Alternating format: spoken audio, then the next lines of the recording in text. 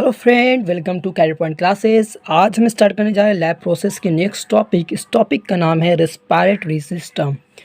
इससे पहले हम लोगों ने एलिमेंट्री कैनाल, लैब प्रोसेस के एलिमेंट्री कैनाल के बारे में डिस्कस किया और उससे भी पहले हमने बेसिक पॉइंट उसको हमने डिस्कस किया। अब हम देखेंगे कि रेस्पिरेटरी सिस्टम क्या है।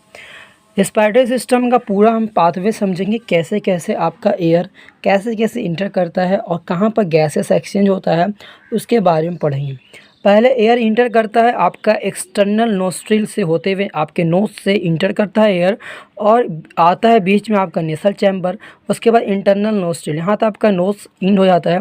उसके बाद ये एयर आपका इंटर कर जाता है ग्लोटिस। ग्लोटिस कहते हैं opening part of trachea. Trachea का जो ओपनिंग पार्ट होता है, विंड पाइप जिसको कहते हैं, उसको ग्लोटिस कहते हैं।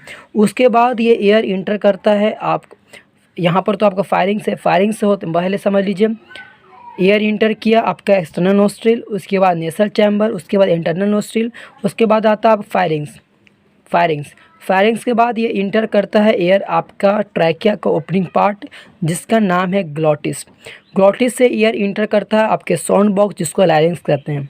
आप कुछ बोलिए, जब आप कुछ बोलते हैं तो आप गले की तरफ हाथ रखिएगा, देखिएगा वो पार्ट आपको घन घन करेगा। वही जो वाइब्रेशन करता है आपका गला का पार्ट, वही पार्ट को कहते हैं लैरिंग्स, जिसको वॉइस बॉक्स कहते हैं, यहाँ साउंड बॉक्स कहते हैं। यहाँ पर से एयर होते हुए गुजरता है ट्रैकिया का, ये पूरा पाथवे है।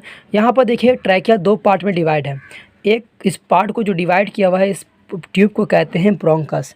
एक ब्रोंकस चल जाता है लेफ्ट लंग्स में, दूसरा ब्रोंकस चल जाता है राइट लंग्स में। उस ब्रोंकस के बाद आप देखिएगा फर्दर एक और डिवीज़न हुआ है। पहला डिवीज़न को कहते हैं प्राइमरी ब्रोंकस, सेकंड डिवीज़न को कहते हैं सेकेंडरी ब्रोंकस और तीसरा डिवीज़न को कहते हैं टर्सरी ब्रोंकस। उसके बाद जो फर्दर डिवीज़न होता है जैसे कि लोबुलर, उसके बाद फर्दर डिवीज़न को कहते हैं लोबुलर ब्रोंक्यूल्स, उसके बाद टर्मिनल ब्रोंक्यूल्स। इस तरह से डिवीज़न होता है। उसके बाद लास्ट आपका रेस्पिरेटरी ब्रोंक्यूल्स। उसके बाद लास्ट फाइनल आपका जो एयर पहुंच जाता है एल्वियोली सैक में। ये एल्वियोलर सैक देखते हैं, यहाँ पर लास्ट में आपका जितना भी एयर है इसी के अंदर पहुँचता है। याद रखिएगा, एयर पूरा कंप्लीट पहुँचता है लास्ट में एल्वियोलर सैक।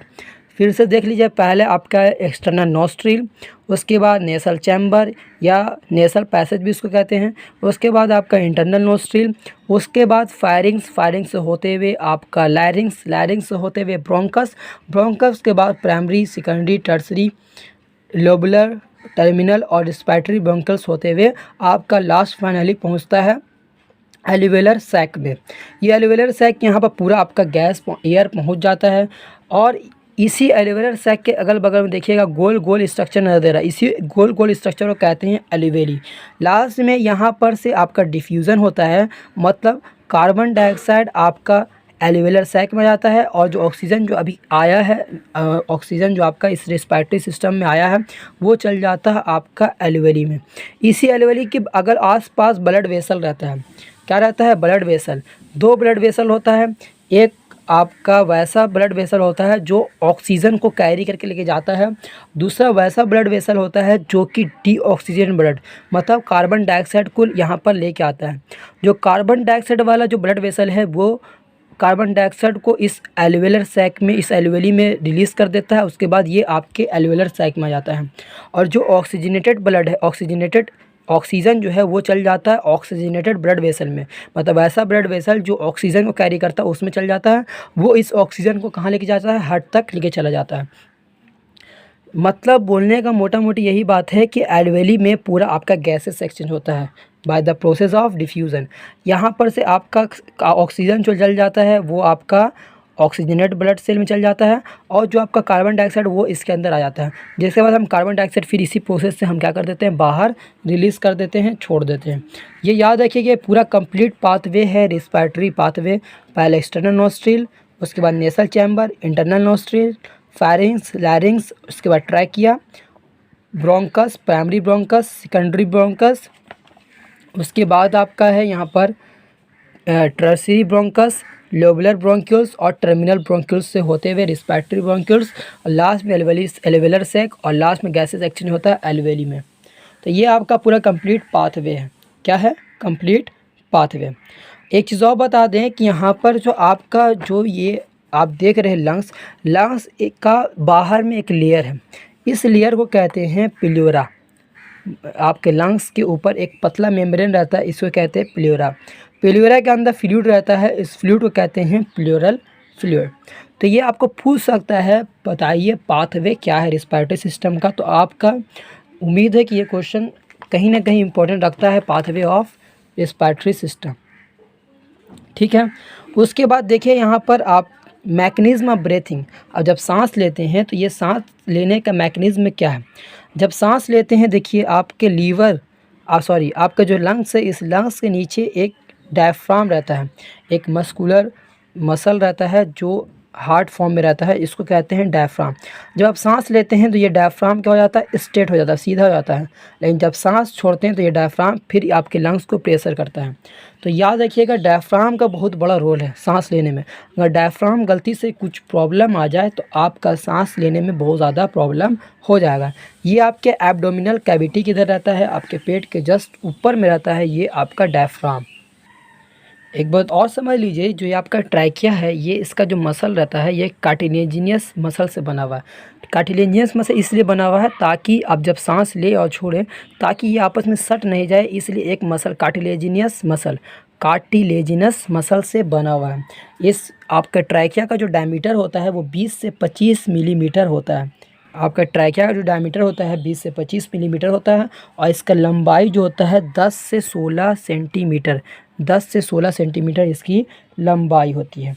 तो ये आपको क्लियर हो गया। ताकि ये कार्टिलेजिनियस रिंग इसलिए रहता है ताकि ये आपका ट्रैकिया आपस में कोलैप्स नहीं करे।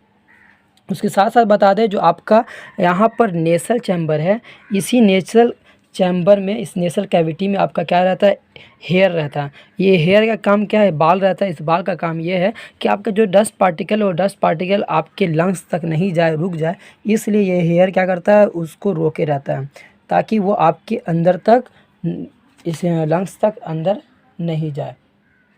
एक लंग्स में लगभग 300 से 400 मिलियन, 300 से 400 मिलियन क्या रहता है, एल्वेली रहता है। 300 से 400 मिलियन क्या रहता है, एल्वेली रहता है एक लंग्स में। तो ये आपका बहुत ज़्यादा है। अब हम बताएंगे मैकेनिज्म ऑफ ब्रीथिंग।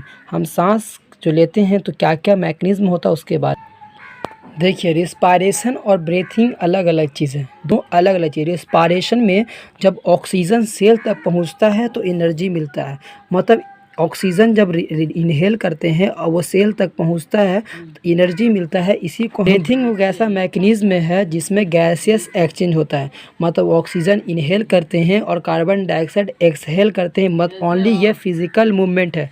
ब्रीथिंग क्या है, सिर्फ ओनली फिजिकल मूवमेंट है। लेकिन बात कर दे रिस्पायरेशन का, रिस्पायरेशन के जब हम ऑक्सीजन पहुँचता है सेल के अंदर तो वो क्या होता है, रिएक्ट करता है ग्लूकोज के साथ, जिसकी वजह से रिएक्शन होने के बाद कार्बन डाइऑक्साइड, वाटर और एनर्जी मिलता है, तभी वो कहलाता है रिस्पायरेशन। मतलब रिस्पायरेशन एक केमिकल प्रोसेस है जिसकी वजह से एनर्जी मिलता है, जबकि ब्रीथिंग एक फिजिकल मूवमेंट है जिसमें ओनली गैसेस एक्सचेंज होता है, उसको कहते हैं ब्रीथिंग। ब्रीथिंग जब करते हैं तो हमारा जो थोरेसिक कैविटी है, जो लंग्स है, उसका मूवमेंट समझ लीजिए। जब हम ब्रीथिंग करते हैं तो एयर हमारे नोज एक्सटर्नल नोस्ट्रिल से होते हुए हमारा लंग्स तक जाता है। जब हमारे लंग्स तक जाता है तो ये जो डायफ्राम है इसके ऊपर प्रेशर पड़ता है, जिसकी वजह से ये डायफ्राम क्या हो जाता है, कॉन्ट्रैक्ट कर जाता है, जिसकी वजह से ये स्ट्रेट हो जाता है, तब हम लोग सांस ले पाते हैं। उसके साथ जो मसल है, आपके रीढ़ का जो मसल है, ये भी एक्सपेंड होता है। जब सांस लेते हैं तो ये एक्सपेंड होता है। इंटरकोस्टल मसल क्या होता है, एक्सपेंड होता है, बाहर की ओर उठता है, इसलिए आपका थोरेसिक कैविटी वाला एरिया है, आपका रिब्स का एरिया है, वो फैल जाता है। लेकिन जब आप सांस छोड़ते हैं तो ये जो आपका डायफ्राम है ये रिलैक्स हो जाता है, मतलब फिर से ये अपना ओरिजिनल पोजीशन पर आता है, मतलब ये फिर से ढकेलता है आपके लंग्स को। जब ये लंग्स को आपको फिर से ढकेलता है तो हमारा और कार्बन डाइऑक्साइड जो है उसको हम बाहर की ओर रिलीज़ कर देते हैं, जिसकी वजह से जो रिब केज है, आपका जो इंटरकोस्टल मसल है, जो रिब के बीच में मसल है, वो फिर से अपनी जगह पे आ जाता है, फिर से अंदर की ओर आना शुरू हो जाता है। तो ये आपका मैकेनिज्म ऑफ ब्रीथिंग है। मतलब जब सांस लेते हैं तो उनको इनहेलेशन कहा जाता है। इनहेलेशन के द्वारा आपका जो डायफ्राम है वो क्या हो जाता है, कॉन्ट्रैक्ट करता है और आपका इंटरकोस्टल मसल एक्सपेंड करता है, फैलता है। लेकिन जब हम सांस छोड़ते हैं तो डायफ्राम क्या होता है, एक्सहेल करता है, मतलब डायफ्राम क्या करता है, फिर से अपना ओरिजिनल पोजीशन पर जाता है डायफ्राम, और रिब केज, इंटरकोस्टल मसल वो भी रिलैक्स हो जाता है। देखिए एक बात और कि जब हम एयर को इनहेल करते जब आप सांस लेते हैं तो उस सांस में 21% जो होता है वो ऑक्सीजन आता है। कितना परसेंट आता है? ऑक्सीजन 21%। और कार्बन डाइऑक्साइड उसके साथ साथ आता है 0.04%।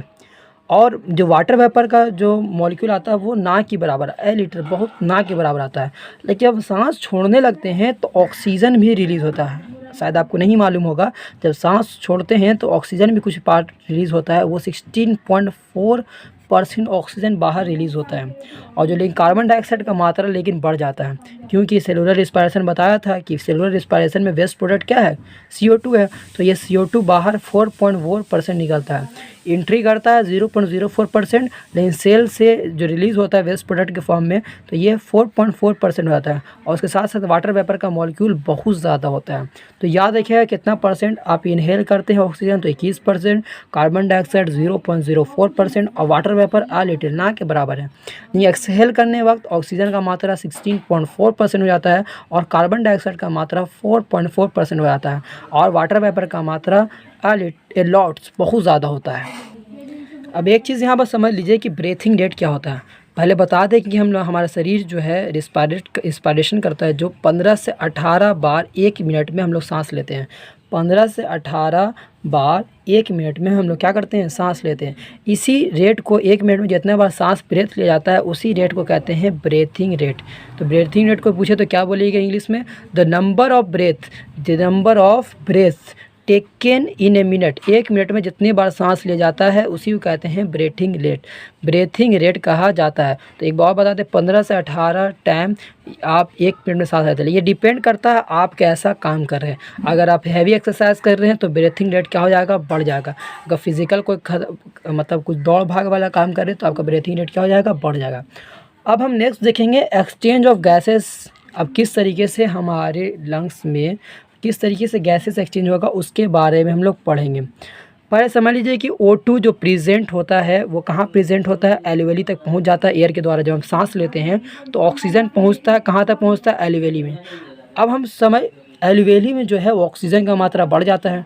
और हम जानते हैं कोई चीज़ डिफ्यूज़न जो होता है कैसे होता है? जब हायर कंसंट्रेशन से लोअर कंसंट्रेशन की तरफ कोई मॉलिक्यूल मूव करता है, उसी प्रोसेस को कहते हैं डिफ्यूज़न।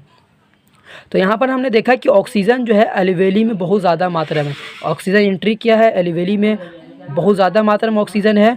तो अब ये जो ऑक्सीजन जो है वो क्या होगा? आसपास जो एल्वेली के आसपास बहुत सारा ब्लड कैपिलरीज़ है, बहुत सारा क्या है? ब्लड कैपिलरीज़ है। जिस ब्लड कैपिलरीज़ में ऑक्सीजन का मात्रा जो क्या है वो लो है, ऑक्सीजन का मात्रा क्या है? लो है। अब ये क्या करेगा? ये एल्वेली का जो वाल है, एल्वेलर वाल है, ये by the process of diffusion process के द्वारा ये जो ऑक्सीजन है ये ट्रांसफ़र हो जाएगा किस में? तो ये ट्रांसफ़र हो जाएगा ब्लड में। ये ट्रांसफ़र कहाँ हो जाएगा? ब्लड में। मतलब ऑक्सीजन जो होगा डिफ्यूज़ हो जाएगा ब्लड में। जो यहाँ पर ब्लड कैपिलरीज़ है उसमें ऑक्सीजन क्या हो जाएगा? ट्रांसफ़र हो जाएगा। और वही ब्लड कैपिलरीज़ आपके हार्ट तक पहुंच जाएगा। मतलब वो ऑक्सीजन को कैरी करके कहाँ तक लेके आ जाएगा? हार्ट तक। पहले बता दें ऑक्सीजन को ट्रैप कौन करता है? ऑक्सीजन को पकड़ के लेके आता है कौन? तो आपको ऑक्सीजन को याद रखिएगा, ऑक्सीजन को आपके ब्लड में हीमोग्लोबिन पाया जाता है। वही हीमोग्लोबिन आपके ऑक्सीजन को क्या करता है? पिकअप करता है। और ये कहाँ तक लेके चल जाएगा? आपको इस ऑक्सीजनेट ब्लड को कहाँ तक लेके चल जाएगा? Follow back to the heart. मतलब हार्ट तक लेके जाएगा। लंग्स से हार्ट तक ये ब्लड के साथ ऑक्सीजन चला जाएगा। उसी तरह हार्ट से आपका डीऑक्सीजनेट ब्लड आता है। कैसा ब्लड? डीऑक्सीजनेट ब्लड उसको कहते हैं वैसा ब्लड जिसमें CO2 पाया जाता है।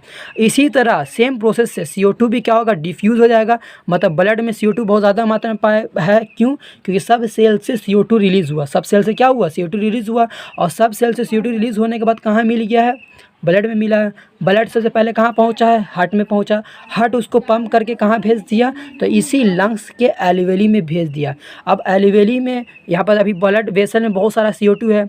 CO2 में बहुत ज़्यादा मात्रा में कार्बन डाइऑक्साइड है, हायर कंसंट्रेशन है, और आपके एल्वेली में लोअर कंसंट्रेशन है। तो ये क्या होगा? एल्वेली में क्या हो जाएगा? इंटर कर जाएगा carbon dioxide by the process of diffusion.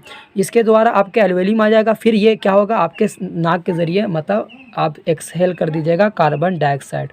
आपको मालूम है जी CO2 बनता कैसे है? जब ऑक्सीजन आपके सेल तक पहुंचाता है तो वो सेल क्या करता है, सिंपल फॉर्म में टूट जाता है। हम भी पढ़ाया था इससे पहले एरोबिक रिस्पायरेशन। एरोबिक रिस्पायरेशन में हमने क्या पढ़ाया था कि जो आपके शरीर में जो सेल होता है वो ऑक्सीजन के प्रेजेंस में टूटता है। क्या होता है? ऑक्सीजन के प्रेजेंस में टूटता है। और टूटने के बाद यहाँ पर देखिए ऑक्सीजन के प्रेजेंस में टूटता है, और ये ऑक्सीजन के प्रेजेंस में टूटने के बाद ये आपके ऑक्सीजन जो सप्लाई होता है सेल ऑक्सीजन में टूट गया, और यही ऑक्सीजन आपके सेल तक पहुँचता है, और सेल में पहुँचने के बाद वो आपके सेल में प्रेजेंट ग्लूकोज को तोड़ देता है, और वहाँ से कार्बन डाइऑक्साइड क्या होता है, रिलीज़ होता है। वही कार्बन डाइऑक्साइड आपके ब्लड वेसल में मिल जाता है, और ब्लड वेसल कहाँ तक ले जाता है, हार्ट तक ले जाता है, और हार्ट से वो आपके पहुँच जाता है कहाँ तक, तो लंग्स तक पहुँच जाता है। फिर लंग्स में by the process of diffusion वो आपके एल्वेली में आ जाता है, और एल्वेली से वो कार्बन डाइऑक्साइड बाहर निकल जाता है। तो यही आपका प्रोसेस है, मतलब ऑक्सीजन और कार्बन डाइऑक्साइड आपके ब्लड कैपिलरीज़ में, ब्लड कैपिलरी जो टिश्यू इसके अंदर एंट्री करता है, कैसे? By the process of diffusion. तो याद रखिएगा by the process of diffusion. यहाँ पर देखिए किस तरीके से ऑक्सीजन ब्लड कैपिलरीज़ में एंट्री कर रहा है, और किस तरीके से कार्बन डाइऑक्साइड आपके सेल से बाहर आउट हो रहा है। तो यहाँ पर आपको समझ में आया कंप्लीट पाथवे किस तरीके से गैसेस एक्सचेंज होता है। आई होप ये क्लियर होगा। आप इससे पहले थोड़ा सा आप इसको पाथवे को इसको नोट करके रखिएगा कि पहले हम लोग क्या करते हैं, ब्रीथिंग करते हैं, सांस लेते। ब्रीथिंग एक क्या है, मैकेनिक प्रोसेस है। कैसा प्रोसेस है? एक्सटर्नल प्रोसेस, जिससे हम सांस अंदर मतलब ऑक्सीजन लेते हैं, गैसेस एक्सचेंज होता है। लेकिन रिस्पायरेशन से क्या होता है, ये आपका सेलुलर रिएक्शन होता है, मतलब ऑक्सीजन जाके सेल में रिएक्ट करता है ग्लूकोज के साथ, उसके बाद आपका कार्बन डाइऑक्साइड वाटर एनर्जी मिलता है। मतलब ये आपका पूरा प्रोसेस है, केमिकली प्रोसेस है। लेकिन ब्रीथिंग क्या, सिर्फ आपका सांस लेना और छोड़ना, ये से आप ब्रीथिंग है। ये आप जब सांस लेते हैं तो एयर इंटर करता है नोज़ में, नोज़ से नेसल कैविटी से होते हुए आपका फ़िल्टर हो जाता है।